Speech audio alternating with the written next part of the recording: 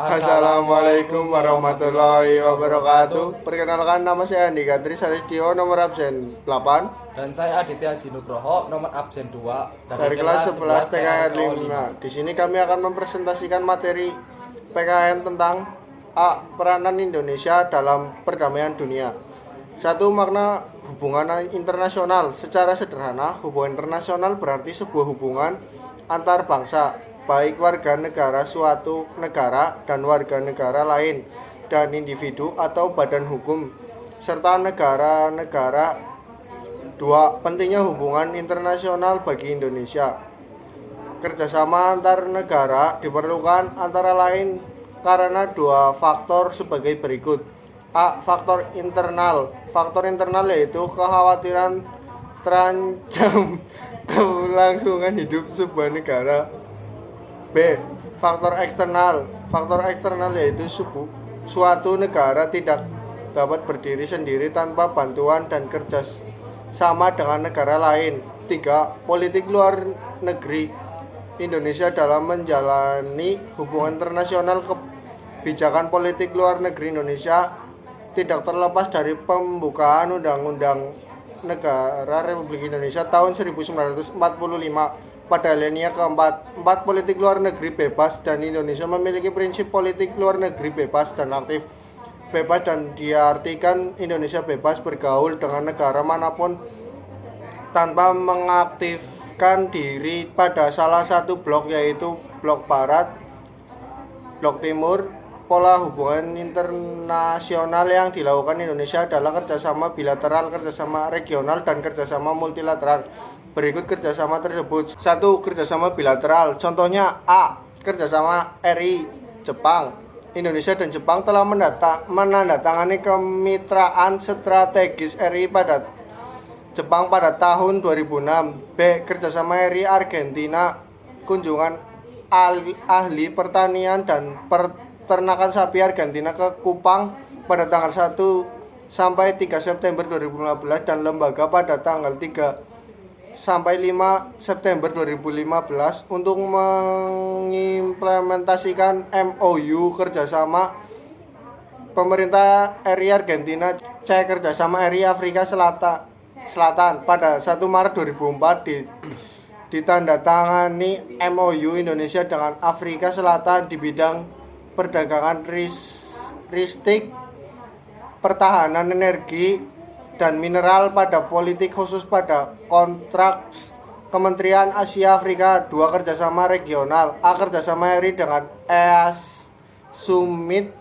B. Peranan Indonesia dalam menciptakan perdamaian dunia melalui organisasi internasional. Organisasi internasional adalah wadah kerjasama beberapa negara untuk mencapai suatu tujuan bersama yang telah disepakati, contohnya PBB, ASEAN, dan gerakan non-blok. 1. Peranan Indonesia di Perserikatan Bangsa-Bangsa atau PBB.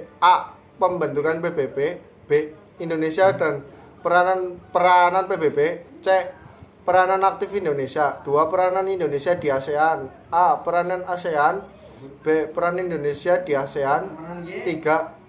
Peranan Indonesia di gerakan non-blok. Pembentukan gerakan non-blok. B. Peranan Indonesia di gerakan non-blok. Kemudian C. Perjanjian internasional yang dilakukan Indonesia. Definisi perjanjian internasional menurut Mokhtar Kusumatmaja, SH, LLM. Perjanjian internasional adalah perjanjian yang diadakan antar bangsa yang bertujuan untuk menciptakan akibat dari hukum-hukum tertentu. Bentuk-bentuk perjanjian internasional. Ada beberapa bentuk perjanjian internasional yang harus diketahui, antara lain adalah sebagai berikut. Konvensi. B. Traktat. C. Persetujuan. D. Perjanjian internasional yang dilakukan Indonesia. Tahapan perjanjian internasional. 1. Penjajakan. 2. Perundingan. 3. Perumusan naskah perjanjian. 4. Penerimaan naskah perjanjian. 5. Penandatanganan. 6. Pengesahan naskah perjanjian. Fungsi perjanjian internasional. Fungsi perjanjian internasional diantaranya untuk membentuk hukum. Berakhirnya perjanjian terjadi karena memang sudah habis masa kontrak atau memenuhi beberapa kondisi sebagai berikut. 1. Habisnya masa perjanjian. 2. Salah satu pihak ingin mengakhiri perjanjian dan disetujui oleh pihak lain. Dan 3. Adanya pihak yang merasa dirugikan oleh pihak lain. Kedudukan perwakilan diplomatik Indonesia. Terdapat 4 unsur hubungan diplomatik, yaitu sebagai berikut. 1. Hubungan antar bangsa. 2. Pertukaran misi diplomatik. 3. Status pejabat diplomatik. 4. Kekebalan hukum atau hak ekstrateritorial. Pengertian perwakilan diplomatik. Proses pembukaan serta pengangkatan perwakilan diplomatik di antara kedua negara yang telah menjalin hubungan diplomatik secara garis besar dilakukan melalui beberapa tahap sebagai berikut. A. Kedua negara atau kedua belah pihak yang melakukan kegiatan pendahuluan yang diawali dengan melakukan pertukaran informasi mengenai kemungkinan dibukanya perwakilan diplomatik. B. Masing-masing kedua belah pihak kemudian mengajukan permohonan mengenai persetujuan untuk menempatkan diplomat atau yang telah dicalonkan oleh masing-masing kedua belah pihak negara. C. Setelah mendapat persetujuan oleh negara penerima atau kedua belah pihak untuk saling menempatkan kedua diplomat, maka diplomat tersebut memperoleh surat kepercayaan dari Departemen Luar Negeri oleh masing-masing kedua belah pihak negara yang telah ditandatangani oleh kepala negara. D. Para penerima surat kepercayaan atau para diplomat wajib menemui Direktur Protokol Departemen Luar Negeri untuk mendapatkan keterangan tentang ketentuan yang harus mereka laksanakan ketika menjalani tugas. Tujuan diadakannya suatu perwakilan di negara lain adalah sebagai berikut. 1. Memelihara kepentingan negaranya terhadap negara. 2. Melindungi seluruh warga negara yang sedang bertempat tinggal di negara penerima. 3. Menerima berbagai pengaduan atau komplain untuk diteruskan kepada pemerintah negara penerima. Tugas serta fungsi dari perwakilan diplomatik Republik Indonesia. Secara umum, seorang diplomat atau perwakilan diplomatik memiliki tugas yang mencakup sebagai berikut. 1. Representasi. 2. Negosiasi. 2. Observasi. 4. Proteksi. 5. Persahabatan. Berdasarkan Konvensi Wina tahun 1961 disebutkan bahwa fungsi perwakilan diplomatik adalah sebagai berikut.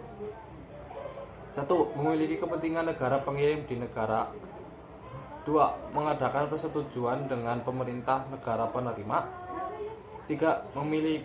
Memelihara hubungan persahabatan antara kedua belah pihak negara. Berkaitan dengan hal ini, Atas Bahasa Indonesia menempatkan perwakilan diplomatik di negara lain berfungsi sebagai sarana sebagai berikut. 1. Melindungi kepentingan nasional dan seluruh warga negara Indonesia di negara penerima. 2. Melaksanakan pengamatan penilaian dan pelaporan. 3. Mengabdi kepada kepentingan nasional dalam mewujudkan masyarakat yang adil. Perangkat perwakilan diplomatik Republik Indonesia. Unsur dan perangkat perwakilan diplomatik Indonesia terdiri dari lembaga sebagai berikut. A. Duta Besar Luar Biasa dan berkuasa penuh. B. Kuasa usaha. C. Atase Republik Indonesia. 1. Atase pertahanan. 2. Atase teknisi. Sekian presentasi dari kami. Bila ada salah, mohon dimaafkan. Terima kasih. Wassalamualaikum warahmatullahi wabarakatuh.